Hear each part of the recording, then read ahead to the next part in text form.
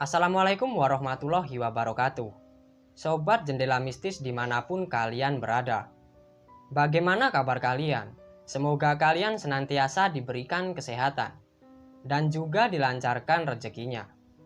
Sebelumnya di sini saya akan mengucapkan terima kasih kepada kalian yang sudah mensupport channel ini hingga saat ini. Semoga urusan kalian juga dimudahkan oleh Tuhan Yang Maha Esa. Pada video kali ini, saya akan membawakan sebuah cerita mistis yang berjudul Calon Tumbal yang Menderita.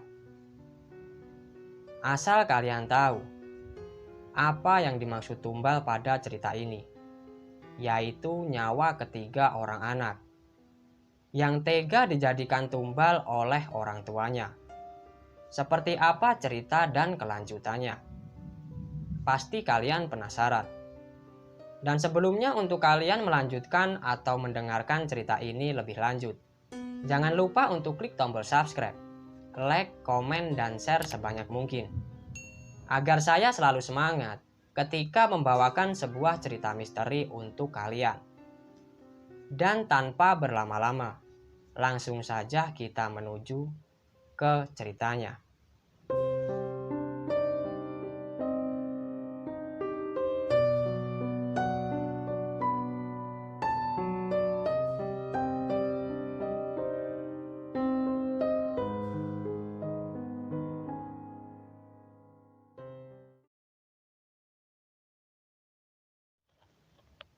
Susi dan Yani tewas dengan sebuah tanda merah di telapak tangannya.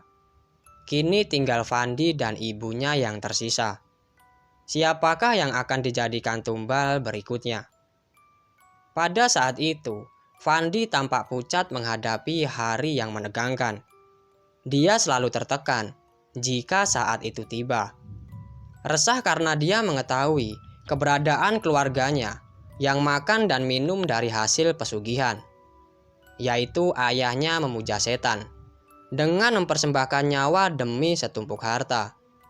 Ayahnya telah mengambil jalan sesat, membuat batinnya selalu tersiksa. Kini hari permintaan tumbal itu telah dekat. Itulah yang membuat Fandi menjadi resah. Keresahan Fandi memang sangat beralasan. Sudah banyak korban manusia yang telah dijadikan tumbal oleh ayahnya, termasuk kedua adik perempuannya yang masih berusia belasan tahun. Fandi pun amat takut dirinya akan dijadikan tumbal oleh ayahnya. Sementara di rumah itu hanya tinggal ibunya dan Fandi. Mereka hanya menunggu waktu untuk dijadikan tumbal ayahnya. Dan celakanya, Fandi tak mungkin lari dari kenyataan itu. Di tengah lamunan Fandi, wajah Susi dan Yani adiknya melintas dalam ingatan si Fandi.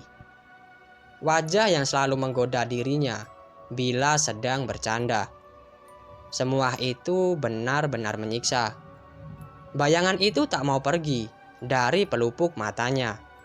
Mereka harus membayangi sepanjang hari, seperti mengajak Fandi untuk ikut bersama mereka, atau menyuruh Fandi untuk menghentikan semua pesugihan ini. Masih terbayang dalam ingatan Fandi bagaimana kedua adiknya itu meninggal. Tapi hanya ada tanda merah yang berbentuk seperti bola di kedua telapak tangannya dan serta bercak-bercak merah di kulit tubuh adiknya.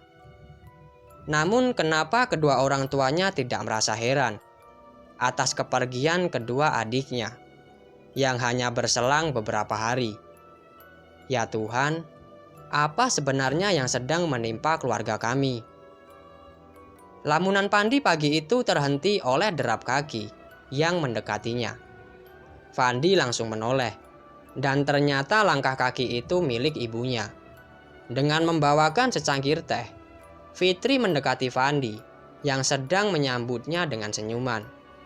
Perlahan Fitri ibunya mengambil kursi dan duduk berhadapan dengan Fandi. "Kenapa pagi-pagi gini kamu melamun? Kamu tidak kuliah?" tegur si Fitri. "Atau kau sengaja berangkat sama sopir? Ayahmu baru saja pergi," sambungnya lagi. Tegur sapa Fitri yang halus dan lembut membuat Fandi tergagap. Tapi dia berusaha menyembunyikannya. Fandi tak menjawab semua pertanyaan ibunya itu. Dia malah balik bertanya, "Bu, apakah perkebunan kita tidak mengalami perubahan? Kita sudah lama tidak menjenguknya. Bila ibu mau, Fandi ingin mengajak ibu ke sana. Sekaligus ada sesuatu hal yang ingin Fandi tanyakan," kata Fandi mengajak ibunya. Fandi memberanikan diri untuk mengajak ibunya ke perkebunan dengan harapan dapat mengetahui apakah ibunya benar-benar belum tahu kalau ayahnya seorang pemuja setan. Tanpa diduga, ibunya gembira sekali dengan ajakan Fandi. Fitri sebenarnya sedikit was-was karena Fandi tidak biasanya mengajak ke perkebunan. Fandi lebih sering mengajak ibunya belanja ke toko untuk mencari sesuatu. Tapi akhirnya, Fitri mengiyakan ajakan anak sulungnya itu. Dia masuk ke dalam dan mengeluarkan mobil dari garasi. Tak lama kemudian, berangkatlah mereka ke perkebunan. Perjalanan yang memakan waktu hampir 1 jam membuat jantung Fandi berdebar-debar. Dia membayangkan wajah ibunya bila dia menanyakan tentang keberadaan ayahnya. Reaksi seperti apa yang akan ditampakkan oleh ibunya. Dan akhirnya tiba di perkebunan. Fandi menggandeng tangan ibunya sambil mencari tempat untuk bernaung. Akhirnya mereka singgah di sebuah gubuk reot dan mereka berbicara. Perlahan-lahan Fandi memegang jemari ibunya dan mencoba memberanikan diri untuk menanyakan semua itu kepada ibunya. "Sudah berapa lama perkebunan ini dimiliki oleh ayah, Bu?" tanya Fandi.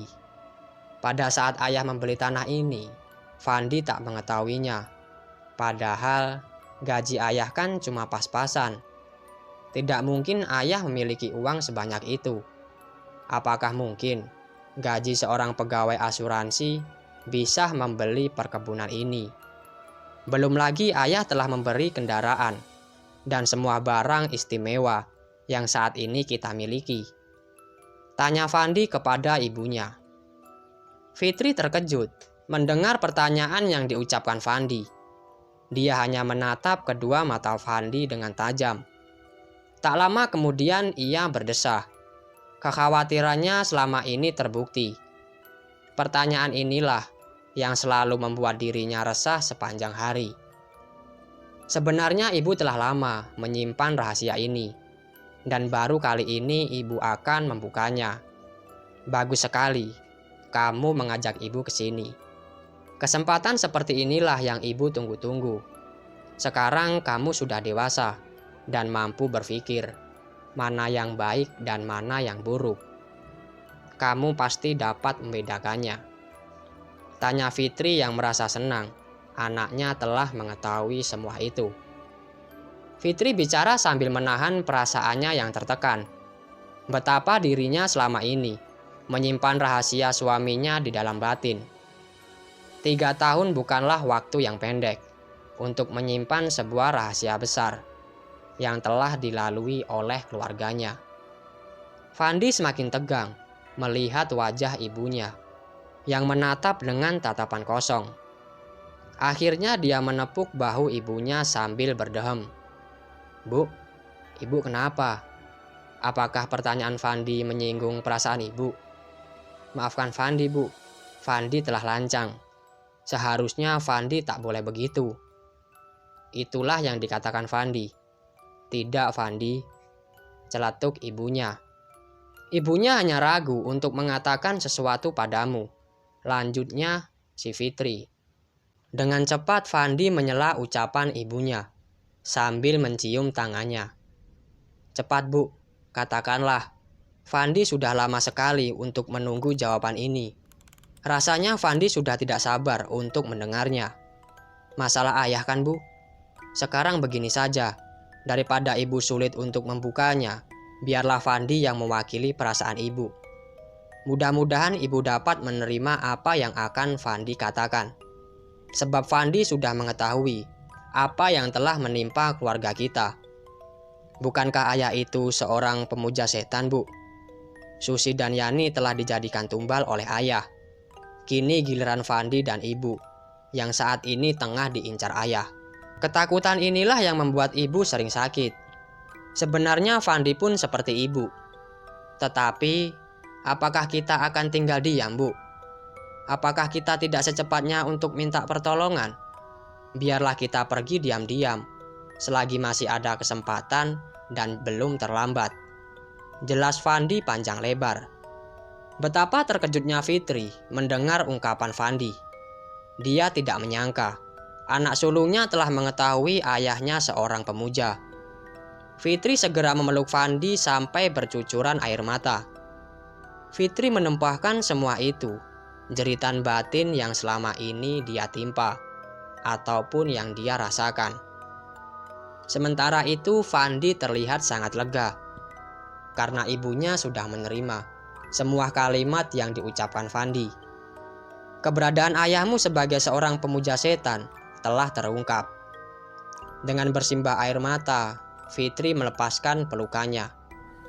Perlahan dia mengusap kedua matanya, lalu kembali menatap wajah Fandi dengan tatapan yang kosong. Semua yang kau katakan adalah benar, Fandi. Masalah ini yang selalu mengganggu pikiran ibu. Saranmu akan ibu turuti, daripada kau dan ibu dijadikan korban oleh ayahmu. Jawab si Fitri. Mari kita pulang, Fandi. Takut ayahmu pulang lebih awal dari biasanya. Ajak Fitri kepada anaknya. Fandi mengangguk sambil bergegas melangkahkan kakinya untuk menuju mobil. Sementara Fitri mengikutinya dari belakang. Tanpa banyak bicara, Fandi langsung menstarter mobil dan segera meluncur pulang. Sampai di rumah, Fitri menerobos masuk ke dalam rumah dan langsung berganti pakaian. Setelah itu dia beristirahat untuk meninggalkan jejak bahwa dirinya pulang dari perkebunan itu. Sedangkan Fandi duduk di kursi tamu sambil membaca koran. Dalam hatinya berkecamuk rencana yang telah disepakati dengan ibunya. Tak lama kemudian, Sasmito, ayah Fandi, tiba. Mendengar suara suaminya, Fitri pura-pura tidur. Sementara itu Fandi merasa bersyukur karena ayahnya tidak mengetahui bahwa ibu dan dia pulang dari perkebunan. Malam yang nampak cerah, purnama bersinar dengan terang. Tapi Fandi dicekam ketakutan menyaksikan purnama itu. Hatinya selalu gelisah. Siapakah yang akan dijadikan tumbal oleh ayahnya pada malam ini? Keringat Fandi mengucur deras, membasahi kemeja yang dia kenakan. Dia beranjak dari ranjangnya. Fandi mengkhawatirkan keadaan ibunya. Perasaan gelisah seperti akan terjadi sesuatu kepada ibunya. Fandi bergegas mendatangi kamar tidur ibunya dan langsung mengetuk pintu kamar. Bu, ini Fandi, Bu. Tolong bukakan pintunya. Fandi mau bicara. Apakah ibu tidak sholat isya dulu? Lama Fandi menunggu, tapi tak satu pun pertanyaan dijawab oleh Fitri. Akhirnya dia mengintip melalui lubang kunci. Tiba-tiba Fandi berteriak, nyaring memanggil ayahnya. Ayah, tolong ibu ya, teriak Fandi. Sasmito menghampiri Fandi sambil bertanya, ada apa Fandi? Kenapa dengan ibumu? Lihat ayah, pintu kamar ini terkunci dari dalam. Saat Fandi memanggil-manggil ibu, dia tak menyahut. Sepertinya ibu sedang sakit ya. Itulah yang dikatakan Fandi. Sasmito nampak panik. Dia segera mendobrak pintu tersebut bersama Fandi, lalu berlari masuk ke dalam kamar. Fandi bersama ayahnya langsung menghampiri ranjang melihat Fitri yang sedang tergeletak di atas ranjang itu. Dan semua teriakan pun tak satu pun didengar Fitri. Fitri, "Bangun, ada apa denganmu?" Sasmito dan Fandi menangis sambil menjerit-jerit. "Fitri, jangan tinggalkan aku. Aku tidak sanggup hidup tanpa kau di sisiku." Sasmito terus berteriak sambil memeluk tubuh istrinya. "Fandi, ibumu sudah tiada. Ibu sudah menghadap Tuhan. Ini memang salah ayah. Maafkan ayah." Itulah yang dikatakan Sasmito. Sasmito berbicara sambil meratap, ratapan yang sangat memilukan. Dia menangis bagai bayi yang baru lahir. Hatinya hancur atas kepergian Fitri yang telah dijadikan tumbal olehnya. Isak tangis Sasmito terdengar sangat mengharukan. Tapi Fandi merasa muak dengan semua sikap ayahnya. Pada saat itu Fandi mendadak marah. Dia sudah sekian lama membendam kebencian terhadap ayahnya. Kebencian itu muncul akibat perlakuan ayahnya yang tega menjadikan kedua adiknya sebagai tumbal pesugihan. Apalagi saat ini ibunya tewas, menyusul kedua adiknya. Ibunya telah menjadi korban atas pemujaan ayahnya. Ayah benar-benar tega berbuat seperti ini. Kenapa ayah lakukan ini pada kami? Kami butuh kebahagiaan. Kami tidak butuh harta. Beginilah jika ayah tidak percaya dengan adanya Tuhan. Makian Fandi yang terdengar mengutuk. Terlalu pedas bagi Sasmito. Namun Sasmito tidak sedikit pun membalas makian anaknya itu. Sasmito menyadari semua kesalahannya. Dan akhirnya Fandi keluar dari kamar dan segera memanggil para tetangga untuk memberitahukan kematian ibunya. Setelah itu Fandi kembali ke kamar menemui jenazah ibunya. Tubuh Fitri terbujur kaku, tergolek di atas ranjang didampingi Sasmito. Wajahnya tampak pucat dan keriput di wajahnya semakin nampak jelas. Beberapa orang tetangganya berdatangan untuk melayat. Saat itu Sasmito terlihat syok. Dia hanya termenung saat melihat tubuh istrinya dibopong keluar untuk dimandikan. Sementara itu Fandi mengiringnya dari belakang sambil melihat sebuah tanda yang sudah dia kenal. Tanda yang menyebabkan kematian ibunya. Esok harinya, setelah Fitri dimandikan, jasadnya segera dimakamkan. Fandi, Sasmito, dan seluruh warga menghantarkan jasad Fitri hingga ke pemakaman. Derai air mata Fandi dan Sasmito mengiringi kepergian Fitri hingga masuk ke liang kubur. Selesai pemakaman, Fandi nampak syok dan frustasi. Sebagian hidupnya kini sudah tiada lagi. Satu demi satu orang yang dia cintai telah pergi meninggalkannya. Untuk apa lagi dirinya bertahan hidup? Mungkin hanya untuk menunggu gilirannya, untuk dijadikan tumbal. Kegundahan hati Fandi yang terlihat nyata dan dapat dipahami Sasmito. Perlahan-lahan Sasmito mendekati Fandi dan memeluknya sambil berkata, "Kau akan kemana, nak? Apa kamu akan pergi meninggalkan ayah? Ayah mengakui kesalahan ayah membuat ibu dan kedua adikmu pergi. Tapi tolong dengar kata-kata ini. Pada waktu itu ayah tergoda oleh harta. Tapi semua itu ayah lakukan demi kehormatan keluarga kita yang selalu dihina karena hidup dalam kemiskinan. Ayah sungguh khilaf pada saat itu dan tidak berpikir panjang. Sekarang tolong bantu ayah untuk menyelamatkan ayah. Ayah tak ingin kau pun dijadikan tumbal bagi Raja Siluman. Engkau harus selamat. Biarlah ayah sendiri yang menanggung akibatnya." Hati Fandi terketuk juga oleh kata-kata ayahnya. Walau ayahnya telah salah mengambil jalan, dia tetap ayah kandungnya. Fandi pun segera keluar dari rumah tanpa mau disertai ayahnya. Fandi akan berusaha mencari solusi yang bisa melindungi dirinya dan menyelamatkan nyawanya. Dengan berat hati dan perasaan tak karuan, Fandi melangkahkan kakinya, menembus udara bebas sambil terus berharap semoga nyawanya dapat terbebas dari pemilik cengkeraman ratu pemilik harta.